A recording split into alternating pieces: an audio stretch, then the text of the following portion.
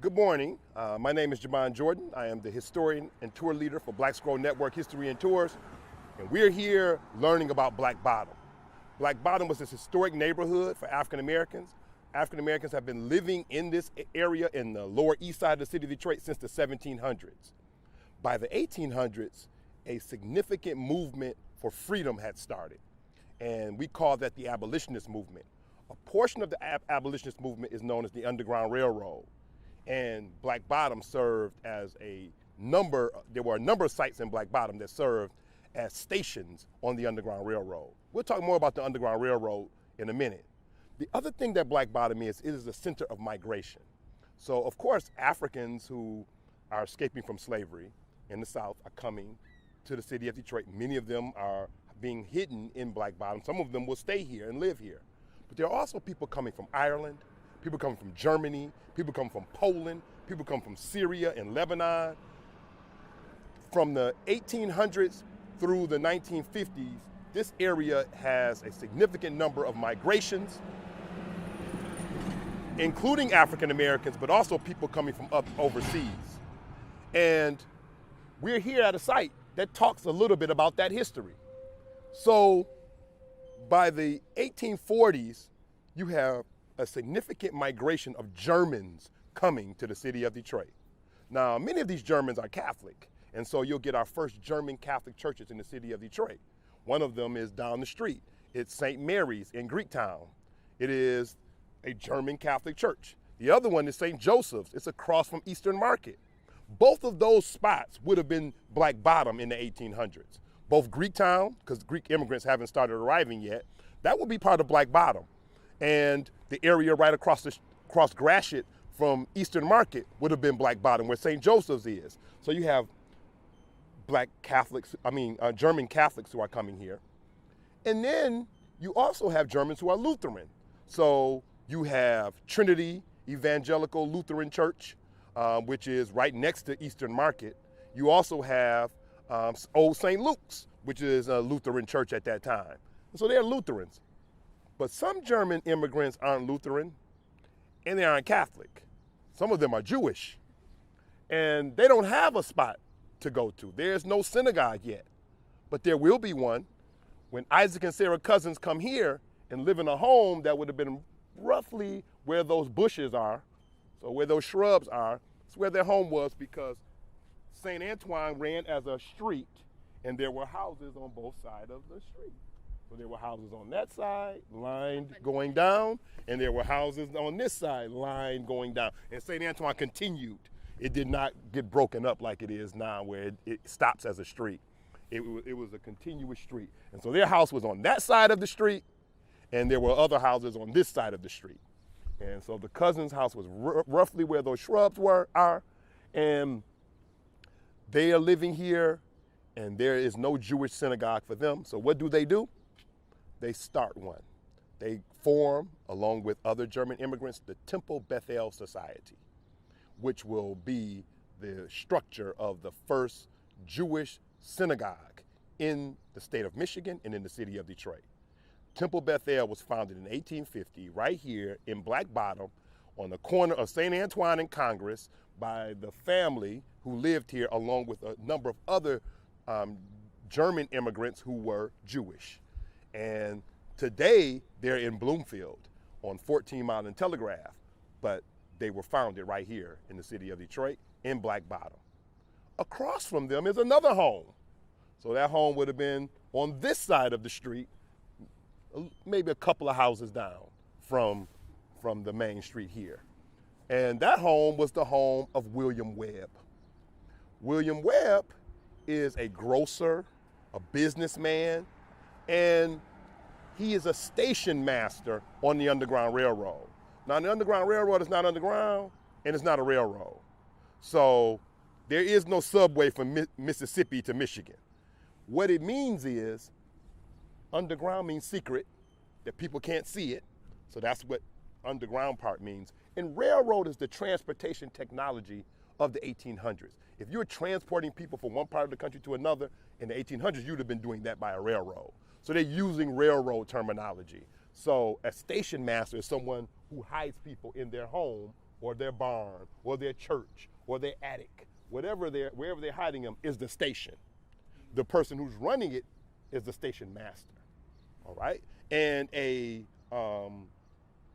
stockholder on the Underground Railroad is someone who's giving resources, money, food, clothing, donating horses, donating the things that are necessary to keep this movement going, because there was no Kellogg or Ford Foundation grants for the Underground Railroad. So they had to self-fund it. Those people who funded it were called stockholders on the Underground Railroad. And of course, the most dangerous job on the Underground Railroad is a conductor. And a conductor is the person that takes people from one place to another. And Harriet Tubman is the most famous of conductors, but Detroit has its own conductors. There are people in Detroit who are helping people escape from slavery and bringing people to different places. Now, the conductor who comes here in 1859 is not a Detroit conductor. He's from Kansas.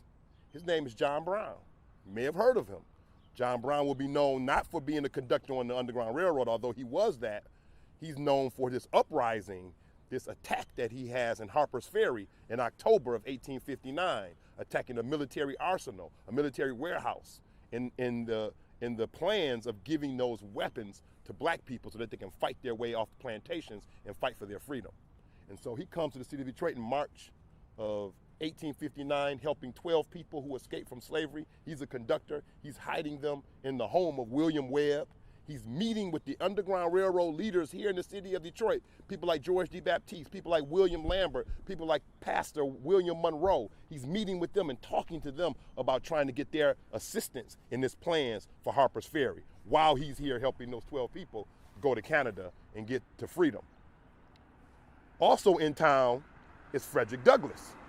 So Frederick Douglass is in town to give 2 lectures, one at Second Baptist Church, the oldest black church in the state of Michigan, which is in Greektown, because that wasn't Greektown in the 1800s, in the early 1800s. That was part of this black neighborhood. That was part of Black Bottom. That's part of this immigrant neighborhood, but not yet Greek immigrants who won't arrive until the 1890s. And so he's going to speak there, and he's going to speak at City Hall. So Frederick Douglass is going to speak at those 2 places. He's here. Everybody knows he's an abolitionist, and he's at this meeting.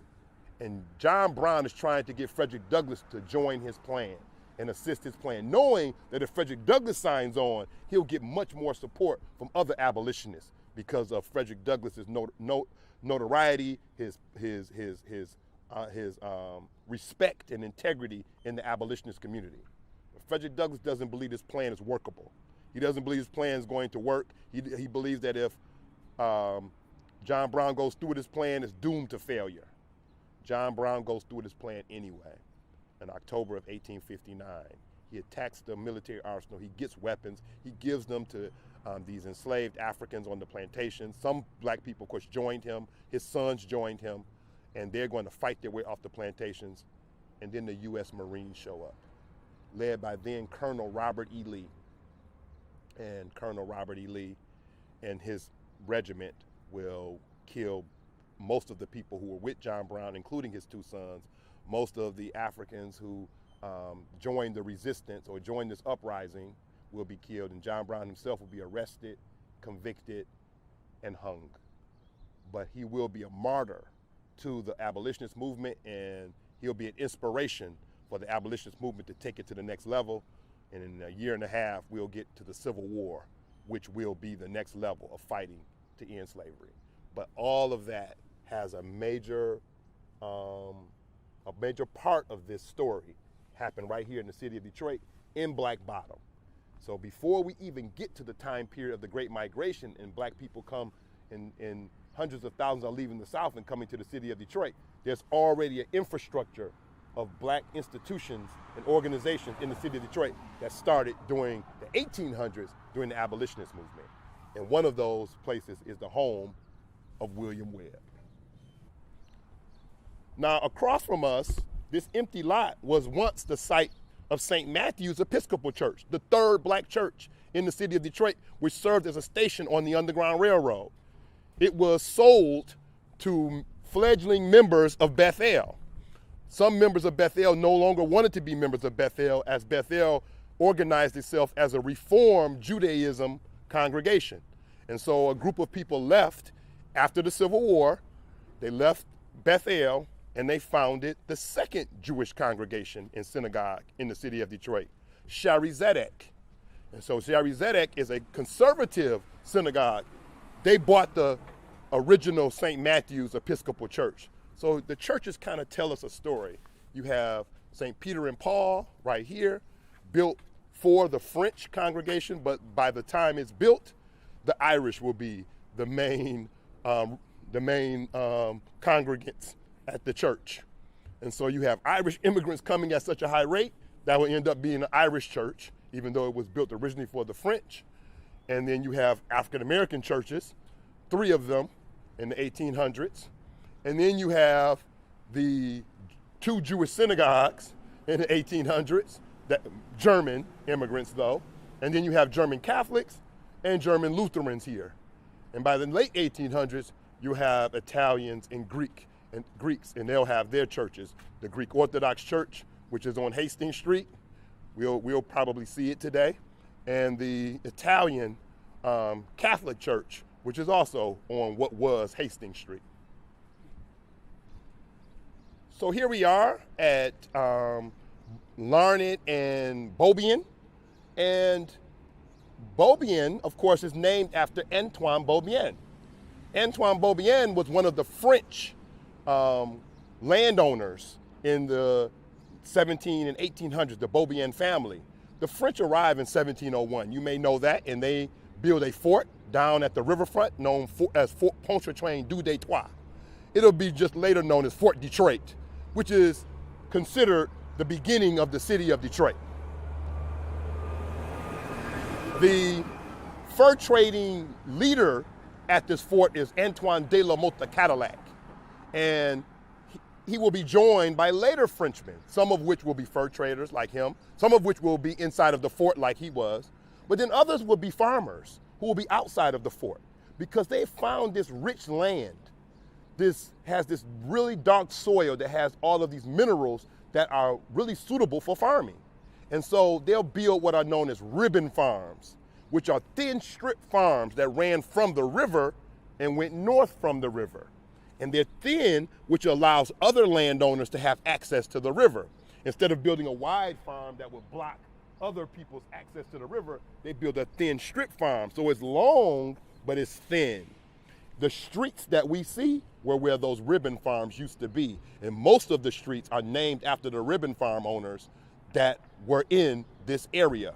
The French named this rich soil Fond Noir, which is black bottom. So the term black bottom comes from the soil, not from the people. And Antoine Beaubien, their farm ran from the river, right, going north from the river. So the river is that way, south of us, and then it went from south to north. And so the street Beaubien was at one time the Beaubien Ribbon Farm, all right? What did they grow on the ribbon farm? So they grew beans, squash, corn, wheat. But the other thing they did is they began to try to find ways to rent that land to other people. And so the Beaubiens rented a lot of land. In fact, the St. Peter and Paul's Church is on Beaubien land. That was Beaubien land when the church was being built. So the church had to pay Beaubien to have access to that land. And that's one of the ways they made money. So part of it is about farming, but part of it is about owning land that other farmers can either farm on or build some other structure, like a church or a business, like we see across the street. And so George D Baptiste, of course, comes way after that. And, well, not way after that, but he has a house here. And George D Baptiste was born free in Virginia, born from a well-to-do family. So basically he would be, for the African-American community, he'd be rich. Now, if you measured him up with the white community, he probably would have grown up middle class. They would have called it middle class. But for black people, many of whom are enslaved and don't even own themselves, George D. Baptiste would have been considered a rich man. Now, by the time, when he comes to the city of Detroit and goes into business, he will be rich by any standards because he will own a lot of property. He will own a steamship that he names the T. Whitney, He's using that steamship to take people over to Canada to get to freedom. So even wealthy black people are a major part of the Underground Railroad. Many times they're the stockholders. They're the ones donating the resources. He's a stockholder on the Underground Railroad. Many times they own homes or farms, and they're hiding people in their homes and farms. He does that. He's a station master on the Underground Railroad. But he's also the co-founder of two organizations, the Colored Vigilant Committee and the African Mysteries Order of the Men of Oppression, which is a secret society. In that secret society, you had to be initiated to join it. You couldn't just say, hey, I'm an abolitionist, I want to join. You had to be initiated. Part of the initiation is to go down south and rescue someone from a plantation. So you are an abolitionist just to be initiated. And so he does that. So he is also a conductor on the Underground Railroad. He played all the roles on the Underground Railroad. There is a monument of him down at the riverfront. The Gateway to Freedom International Underground Railroad Memorial, the monument at the riverfront, there's a man pointing across the river. That's George D. Baptiste. The group of people who are on their way to freedom are the people he's helping get on his boat, the T. Whitney, and go over to Canada where they'll be free. So George D. Baptiste was one of the most important leaders of the Underground Railroad. He's a member of Second Baptist Church, which is the center of Underground Railroad activity. He's a friend of Frederick Douglass, and he's a radical abolitionist, which means he kind of believes in by any means necessary that we're going to free people. So he's not only, like many of the Quakers are nonviolent, George D. Baptiste has none of those restrictions about what he would do to get people free from slavery. Right? He lived here. Sorry, he lived here? Yeah, he lived here, and he passed away here in Detroit, Michigan. And he's buried in Elmwood Cemetery. All right. Any questions before we go? No, where are we going next? We are on our way to the home site of Fannie Richards. So this neighborhood that we're in is the Lafayette Park neighborhood. It's very close to the downtown Detroit, but this would have been Black Bottom. Lafayette Park is, of course, a development that began being built in the late 50s, which would be after the National Housing Act of 1949, which funded the destruction of Black Bottom. So the National Housing Act of 1949, sometimes called the Slum Clearance Act, or sometimes called the Urban Renewal Act, is the act where the federal government is giving cities money to destroy old structures or slums, with the idea that those same municipalities will seek more funding from the federal government to build low income and public housing. So in Detroit's case, they got the money to destroy the old structures, but rejected and refused to accept any money to build low income or public housing. Cobo did not want low income public housing because he really was against black residents. He did not want black folks to be living in integrated communities. He wanted them to be all in their own segregated neighborhood. So this neighborhood was destroyed, but before it was destroyed, it was part of Black Bottom. And in the 1800s, a family from the same town as George D. Baptiste's family, the Richards, will leave Virginia. So they were from the same Fredericksburg, Virginia, that George D. Baptiste is from. In fact, Fannie Richards is a little girl. Her tutor, she has a private tutor. Her family hires a private tutor for her. Her tutor is Richard D. Baptiste, which is George's brother. So George, their family has left long ago, but now Fannie's family, the Richards, leave. They come to the city of Detroit. She's 10 years old. And her family joins Second Baptist Church, the oldest black church in the state of Michigan, and the first school for black people in the city of Detroit. So for black people, faith and freedom go hand in hand. So an example of your faith is that you're involved in the fight for freedom. So all black churches in most places in this country are about the abolitionist movement. Some of them are explicit, some of them are hiding that fact because they're in the South and they have to hide the fact that they're involved in the Underground Railroad or involved in the abolitionist movement. Were some of them stations? So, most of them are stations. So if you want to know where many of the stations were in the Underground Railroad, many of them are black churches. All right? And so Second Baptist is a station on the Underground Railroad. It's called the Krogan Street Station because that street that it was on was called Krogan at that time. It's renamed today. It's Monroe, but it was Krogan back then. And so it's called the Krogan Street Station. Her family joins that church. So they have a school there. It's a station on the Underground Railroad while she's there, while she's growing up. And by the time she's a teenager, she's teaching at that school because she's had a longer span of education than most black people. Specifically those black people who had been enslaved and never were taught anything. So by the time she becomes an adult, she goes over to Canada to get more education and then goes to Germany, where she's learning this new style of educating very young people through play. She brings that back in the middle of the Civil War in 1863. She comes back from Germany to the city of Detroit and starts the first kindergarten in the city of Detroit. She brings kindergarten to Michigan from where it was founded, in Germany. She learned it in Germany, she brings it to the state of Michigan. She's the first kindergarten teacher in the state of Michigan, bringing it from Germany, which is where it's from.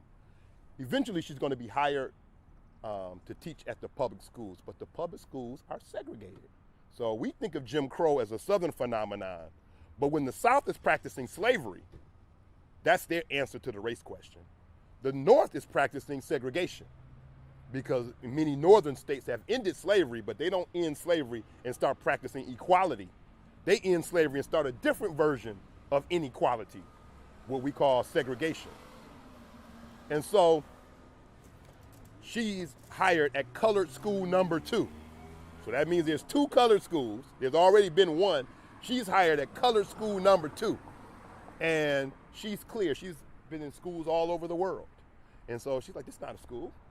There's no books, no paper, no pencils, no desks, no chalk, no chalkboard, no resources. Of course, some people donate some resources. So you might have a desk, and even though the class might have 15 or 20 children, or you might have a few pencils that people donated, but it's a public school. So taxpayers are supposed to fund the resources of the schools, but no taxpayer funds are really going to this school except to pay Fannie Richard's salary. That's it. And so she becomes one of the leaders of a lawsuit to overturn segregation in Detroit public schools in 1869, which of course is decades before Brown versus Board of Education of 1954. So almost 100 years before that, you have this lawsuit in the city of Detroit. It goes to the state of Michigan, Michigan Supreme Court. To the Michigan Supreme Court. In 1869, the Michigan Supreme Court rules that segregated schools are unconstitutional by the state constitution and that people should be able to register for any school that is in their district.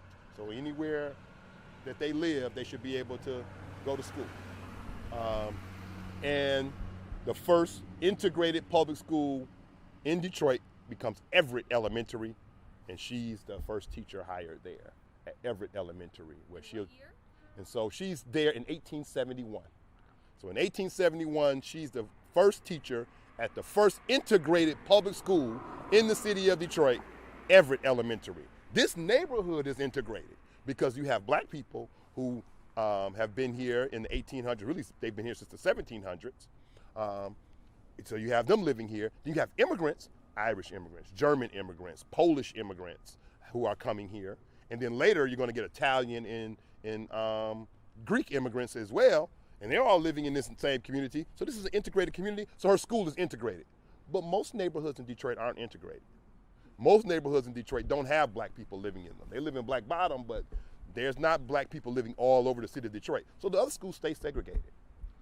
So we still have a segregated school system because we got segregation in housing. Housing discrimination is school segregation. We just call it something different. They're really the same thing.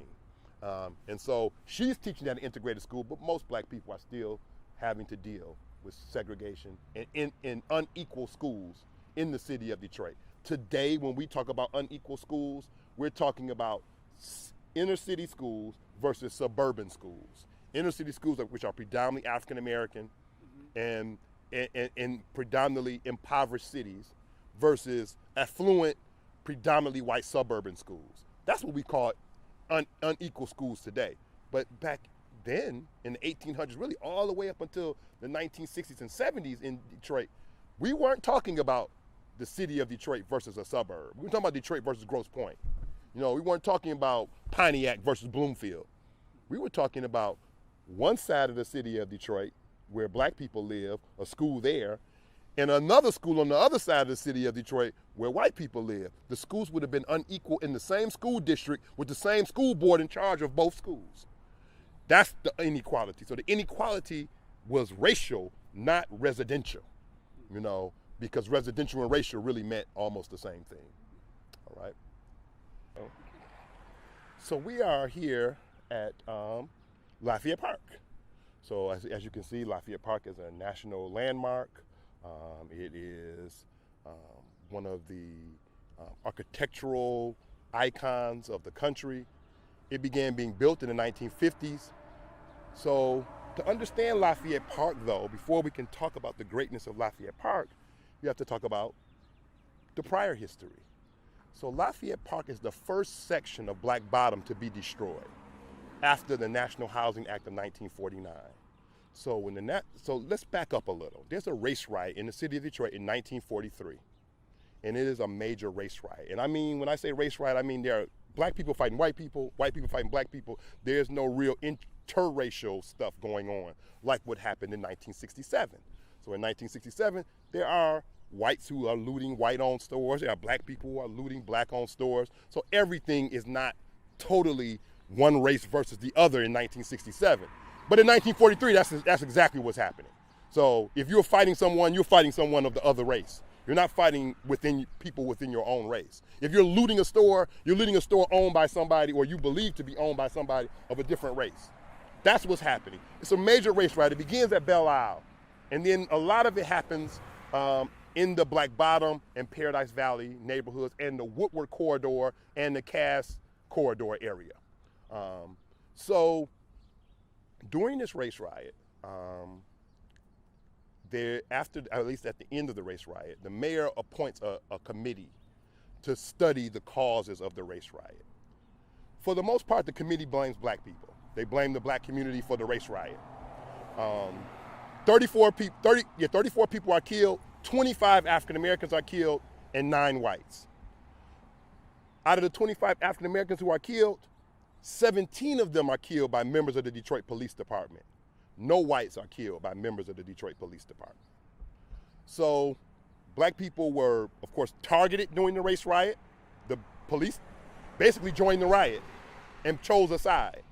And after the riot, the black community is targeted as the reason for the whole riot in the first place. And so the following year, Eugene Greenhut comes to the mayor, Edward Jeffries, and says, we need to renew this area. We need to wipe it out.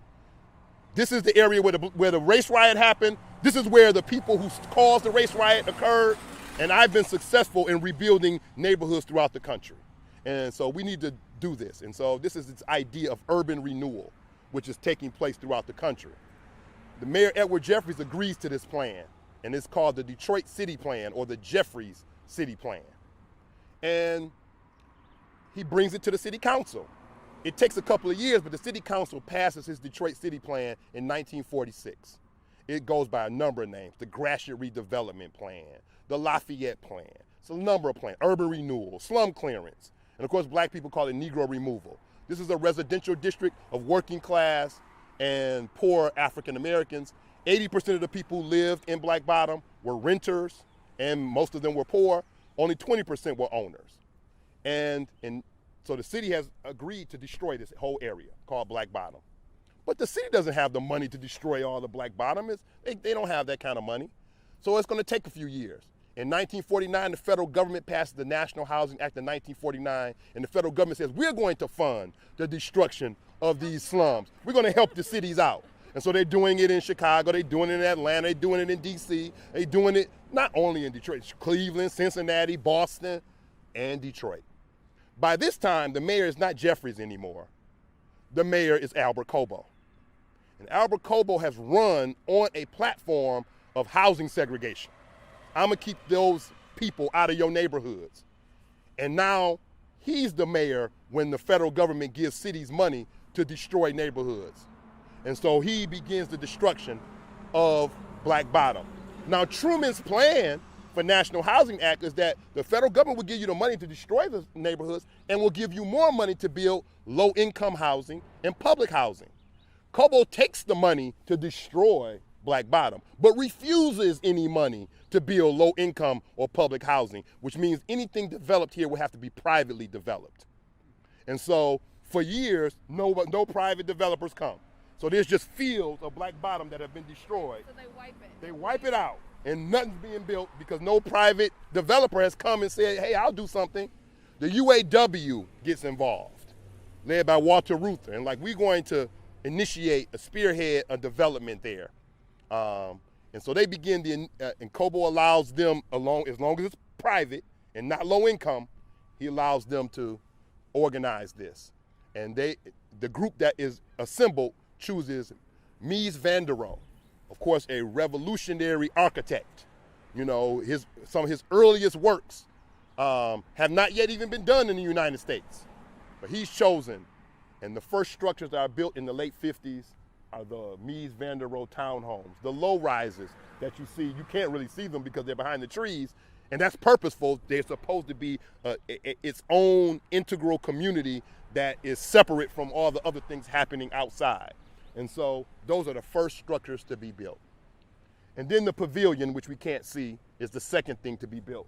And then the Lafayette Towers are the third. And we'll see them, we'll step away from the trees and you'll see the two twin Lafayette Towers. And then they build the shopping center, because this is supposed to be a self-contained community. You should not have to leave it for all the things you need. And there's still two schools left, two Black Bottom schools that haven't been destroyed. Duffield being the elementary one, the elementary school. And this is going to be built for middle and upper class people, not for the former residents, poor residents of Black Bottom. So you don't want to have a development where these upper class people have to go to school with the poor residents, former residents of Black Bottom. So they build a school. Chrysler Elementary is baked into the plan so that the residents here would not have to send their students to Duffield. All right? And so you have its own school. And then the last structure to be built is 1300 Lafayette.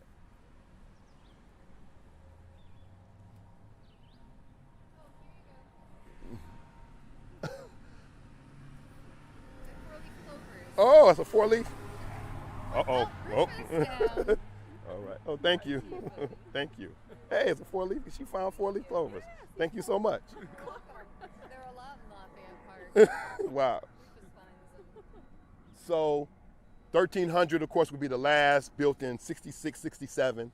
And now there will be a different group of people who will be moving here.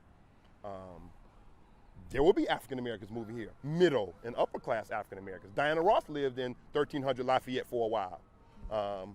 You have John Conyers, who was a congressman. He'll live in Lafayette Park for a while. Judge Damon Keith, who was a federal judge. So you had now upper and middle class African Americans moving here, but none of the former working and poor people who used to live in Black Bottom would be able to afford to come back to this neighborhood. The first low-income structures won't be built in Black Bottom, the former Black Bottom, until the 1970s. And so no one who's poor or working class will be able to relocate after all of this is destroyed. All right? And by the mid-60s, it's all gone. All right, so from 1910 to 1930, Detroit's black population quadrupled. So many black people are leaving during a period that we call the Great Migration. One of the reasons they're leaving during the Great Migration is because of one of the reasons they come to Detroit is because Henry Ford's offer of $5 a day to all workers in 1914. Henry Ford has now begun building the Model T on a moving assembly line. He needs thousands of workers, not hundreds. And the United States government has put a cap on immigration. So you don't have as many immigrants coming to America, definitely don't have as many immigrants coming to Detroit. And so it's not enough. And so now he's recruiting African Americans to work at his plant. So you got a lot of black people coming to the city of Detroit, but they can't live everywhere, so many of them end up in Black Bottom. By the 1930s, Black Bottom is predominantly black. So it wasn't that way before. Again, immigrants, German immigrants, Irish immigrants, Polish immigrants, Syrian and Lebanese immigrants, Greek immigrants, Italian immigrants, all of them are living in Black Bottom, but now immigration is limited. It's not as many immigrants coming. But black people are already in the United States, they're in the South. So they're coming to the city of Detroit. One of the reasons they're leaving the South is because of the violent Jim Crow practices that exist in the South. But as we can see, this was Annunciation Greek Orthodox Church. You see when it was established, which gives you an idea of when Greek immigrants began. And of course, the same thing with Church of Our Holy Family, 1910 again. Originally, this church wasn't here.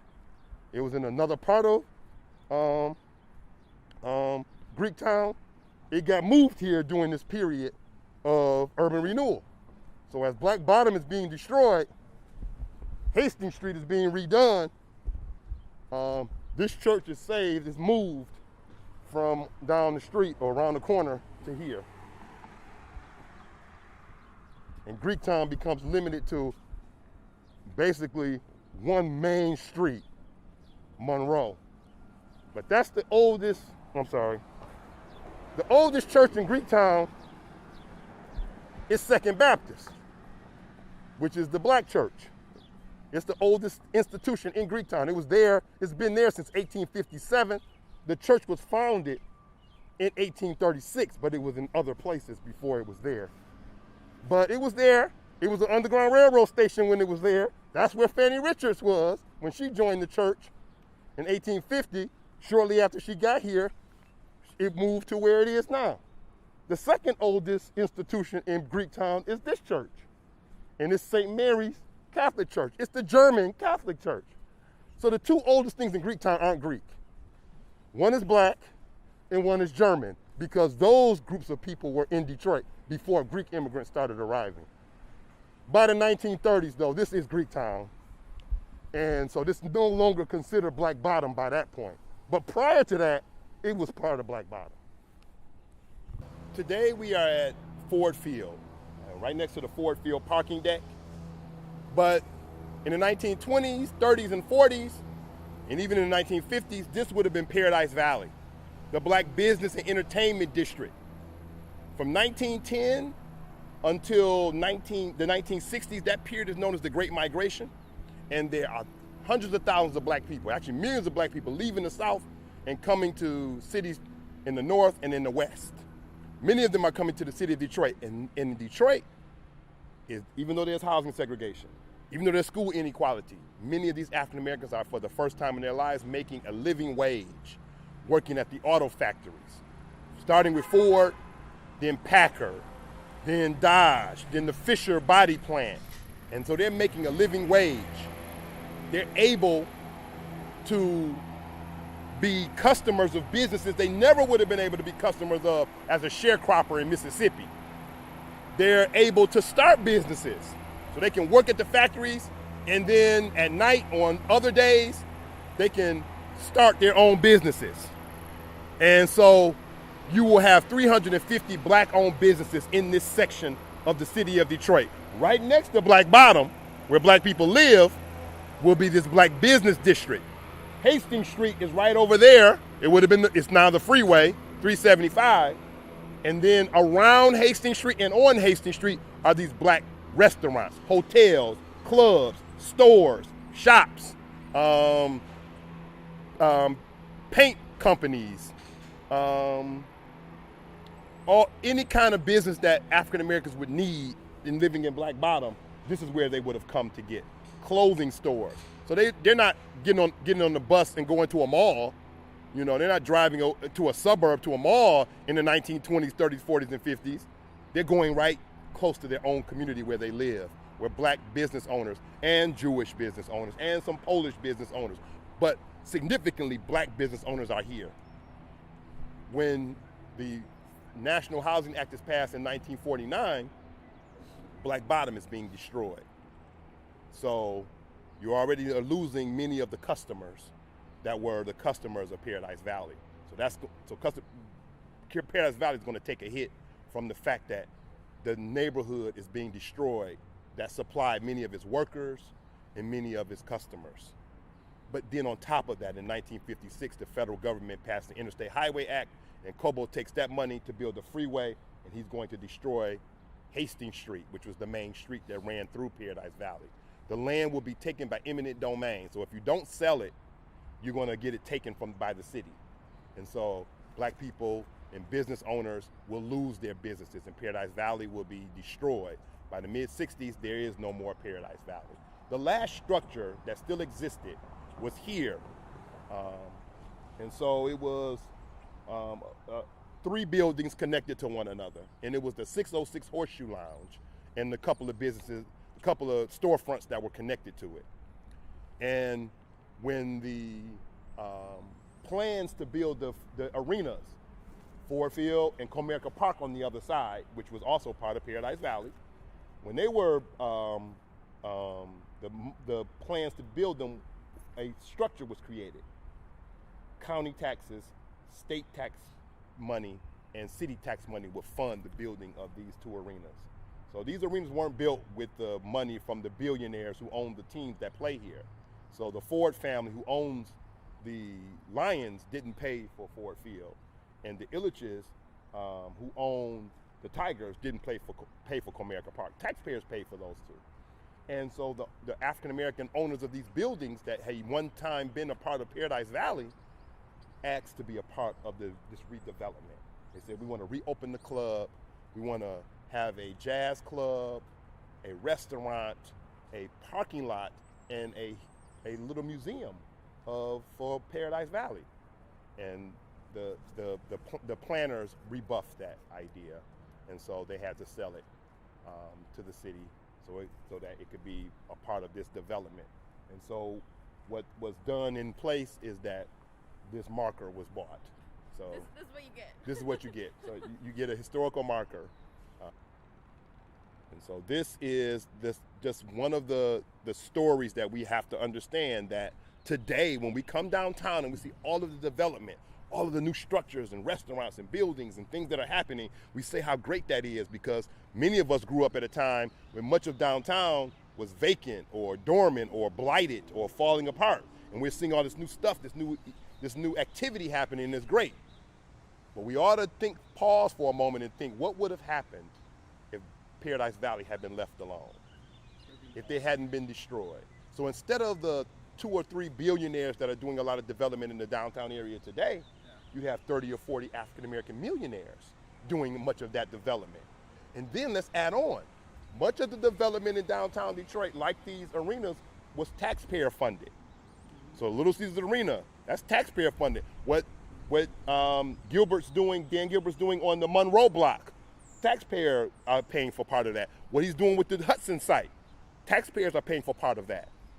What if not only you didn't destroy Paradise Valley, but they had gotten a chance to get some of the tax funds that some of the billionaires have gotten?